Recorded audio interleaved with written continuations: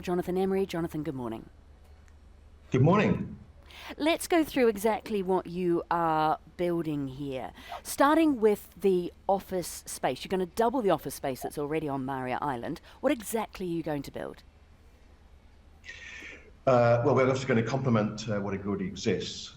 As you've probably been talking about while you've been down at the conference, the office space ADGM is sort of oversubscribed. We're currently in the process of building a new 100,000 square metre tower, One Maryah Place, as we speak. We broke ground on that in October of last year. But going forward, we can see further demand. So we're going to supplement the existing, double it, as you say, about 450,000 square metres of some new prime office space to really establish ADGM and Abu Dhabi as a global financial hub in that sort of standard. What do these companies need when they're moving in here? A lot of global companies, they have ESG requirements. They have high expectations, I presume. What exactly do you need to provide for them to hit those goals? No, it's global standards. I mean, we're attracting businesses of all sizes, so large format as well as sort of small family offices, from around the world. And these are organisations that are bringing talent and their operations from New York, London, etc. So it's full global standard. So that's high quality. I mean, as you say, sustainability is absolute key requirement for many of these organisations. Obviously, space, flexibility, power, amenity. I think that's probably one aspect of the master plan, which is interesting to dwell on. It's not just the provision of office space. The requirements now of the tenants, of the users, is more of a destination. So it will be interspersed with social infrastructure. There will be conference amenities as well as dining, retail, outdoor spaces, health and wellness, gyms, etc., as well as intermixed with residential and hospitality. Yeah, you're also planning a couple of new hotels. What groups are you talking to about running them? That is not to be disclosed at the current time, Brandy, but thank you for asking.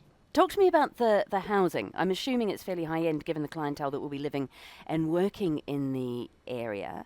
What mix of housing will you be building and what kind of buy-in are we talking? The introduction of housing has recently just happened on Maryah Island, and there's been some great developments just recently released, some Regis apartments, etc. And of course, the Four Seasons and Rosewood are already down there. So this will be higher end housing. This is a full financial core district, and therefore it will be at the higher end.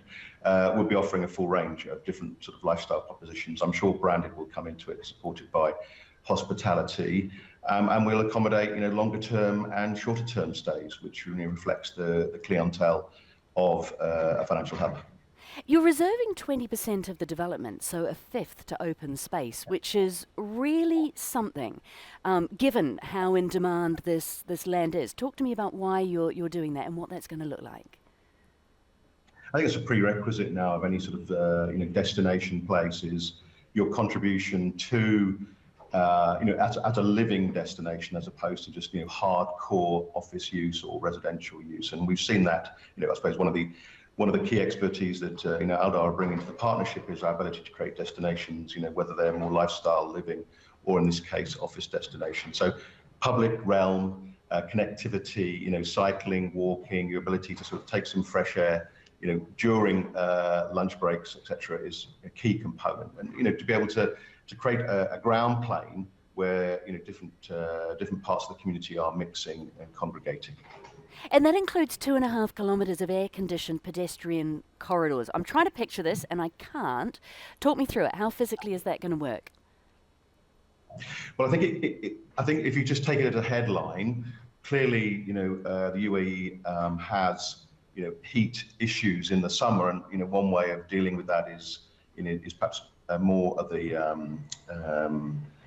proactive air-conditioned corridors, which will be linking different facilities. So they, again, not unfamiliar in different parts of Asia, where you work between a hotel and a conference centre or into an office block. So there will be connections between key asset classes, as well as providing more cool path and using habitation and overhanging and different materiality in the public realm as well. So there will be air condition linked, but we'll also be using sort of nature and the architecture to try and cool paths as well. So we can enable people to walk outside for more months of the year. We've got 3 bridges that have been outlined here, as well as parking spaces, things that we care about here in the UAE. What demands will this expansion put on Al Maryah in terms of traffic flow? What are you working off? What are you projecting? Yeah, I mean, infrastructure, as everybody knows, and clearly, DIFC is one of the areas which is challenged, by its own success. It's a constant battle between managing the requirements of different modes of transport and access, the battle for premium space, and obviously the cost challenges. This will be premium, and therefore the accessibility into the island and parking on it are going to be prioritised. So there will be new bridges onto the island, and parking provision will be 10,000 plus. The final numbers we'll work out as we sort of balance the different mixes and the different use types and types of day, etc. But we will not be skimping on accessibility and ease of transport. Primarily, automobile remains key, but there will be public transport, including micro as well. What do you mean by micro? Scooters, bicycles. Will we be also,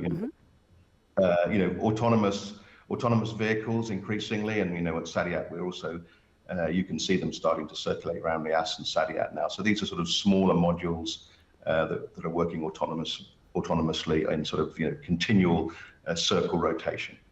What's, very quickly, 30 seconds, the time frame for the key milestones in this up to the first residents, Jonathan? Well, the first one we're going to focus on is getting started, and obviously the announcement is the sort of gun that gets us started. So we will be breaking ground next year, and then we'll be phasing through the different use mixes. As I said, one Maryah Place is under construction, so that's the first 100,000 which will be coming through. So in the old master plan, if you like, our aspiration is that in 2-3 years we'll be opening the first offices. Thank you so much for joining us this morning. I know you're busy. The CEO of Aldar Development, Jonathan Emery, thank you for your time.